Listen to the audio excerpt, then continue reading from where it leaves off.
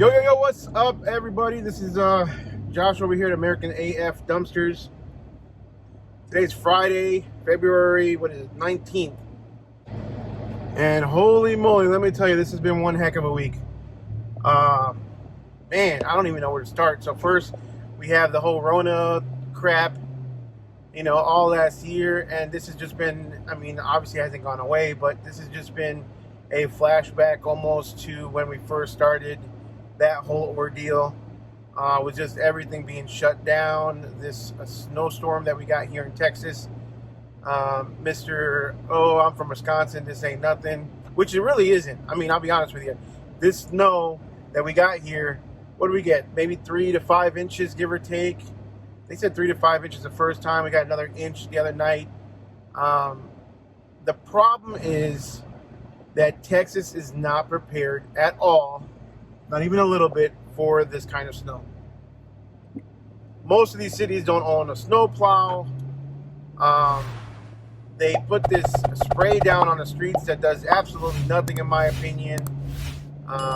When the snow does come, there's no prepping the streets, and there's no plowing the streets. So you're literally driving on the snow. And just like up north, when you drive on snow, what happens? All it does is compact the snow until it gets really cold, and then that turns into ice. Then you got the next layer of snow that comes, and then you have ice underneath a thin layer of snow, and it's just layer after layer after layer of nothing but ice and snow.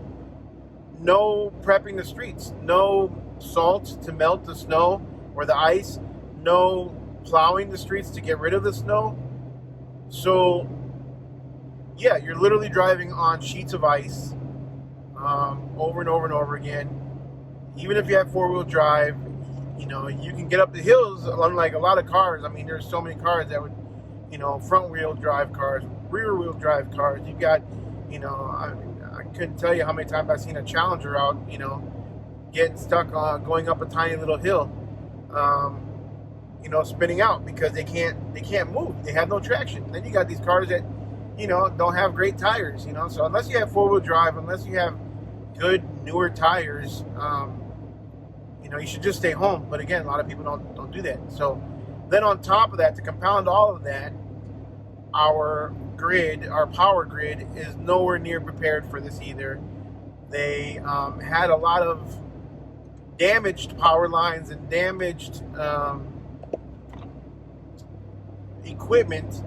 But on top of that, they had to do rolling blackouts because it just there wasn't enough power to provide energy for everybody that needed it during this cold, really, really cold time. So we had rolling blackouts. At one point, over 1 million North Texans had no power, no electricity, no way to heat themselves. They can't get out. It's just been really bad. So there was that major accident on I believe it was I-30 heading into Fort Worth. 130 vehicle pileup. That was just, I'm sure you guys all saw the videos of that. That was super sad. Several deaths. I think the last death count was like 6 people, with several that were still critical. It's just really sad. So everything's been shut down. Restaurants, amazingly, the only thing that was open obviously was grocery stores, and then on top of that, then the grocery stores were all hit, just like at the beginning of COVID, when everybody went shopping and you had aisle upon aisle of nothing but empty shelves.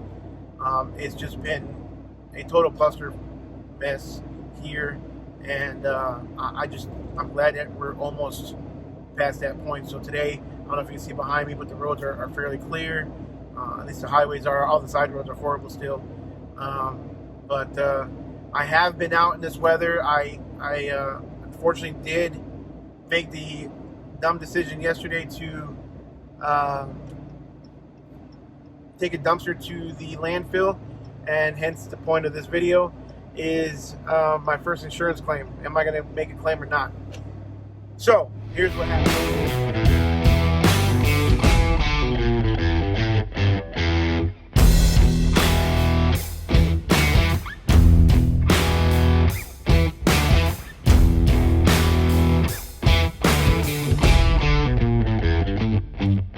called the landfill. They said they were open, but they're only open till about 1 o'clock yesterday.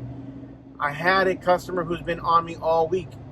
He was a reschedule from last week, and he really wanted it for today. So he's been on me all week, confirming that we're going to be able to make it because he really needs it, blah, blah, blah.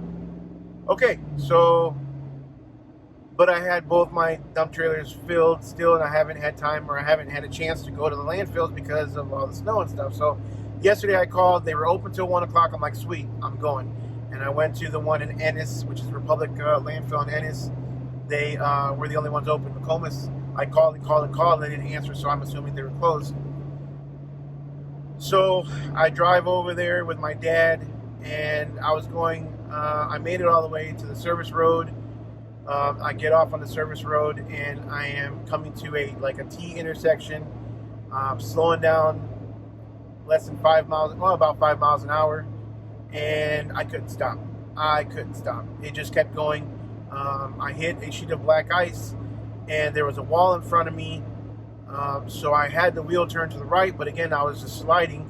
So what I did was I let go of the brake, and I hit the gas. As soon as I hit the gas, my truck did turn, but the trailer continued to slide, and it slid right into the side of my, jackknifed, right? So I was able to turn, avoid the wall, hit the gas, turn, like I said, and then the trailer went boom and hit, just jackknifed a little bit. I didn't think it was that much, but I got plenty of damage. So looks like it's going to be rear bumper, rear fender, some paint repair. The tail light is not broken, but I think the mounts to the tail light are broken, so we're going to have to remount the tail light, or fix that somehow.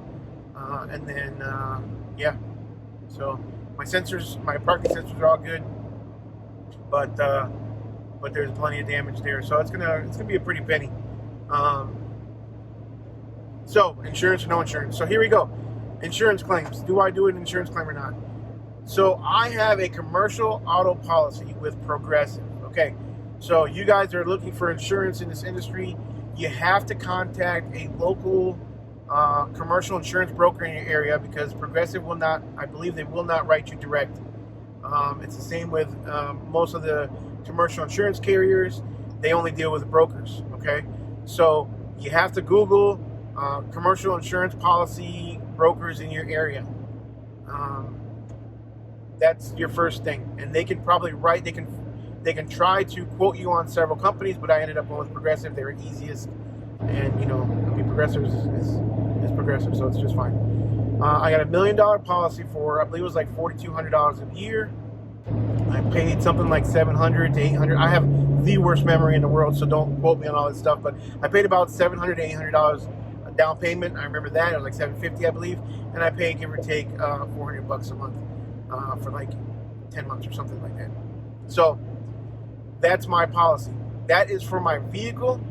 That covers me if I hit somebody. That covers my vehicle. That covers any damage that my trailers may do while I'm hauling something, and that covers any damage to my trailers, again, while it's connected to my truck.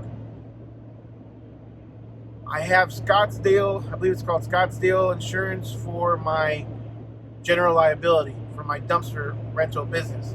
That is $24 and some change a year. That does cover my general liability if somebody, I don't know, falls off my trailer and hits their head or something like that. That covers, and it also covers my trailers when they're not connected to my truck. So theft, vandalism, fire, flood, or whatever. It covers all that stuff while my trailers are not connected to my truck. So that's Scottsdale. Again, you can't just call Scottsdale and say, hey, I need commercial insurance. You have to contact an insurance broker. And I'm letting you know it's Scottsdale now, so that hopefully it saves your insurance broker, if they're not familiar with this industry, it saves them a couple steps, and they can just quote through Scottsdale, because they know that they write this type of insurance policy. So back to my truck. The fender is pushed in, the right passenger rear fender is pushed in to the point where it's pushed in right in front of my tailgate. So I can't open my tailgate, because if I did, then I'll probably damage my tailgate too, and I don't want to pay, more damage. So It's probably going to cost me a pretty penny. I've got a really good body guy who I use all the time. For those of you guys who's local, Gootsman Enterprises in Waxahachie. Mike is your guy.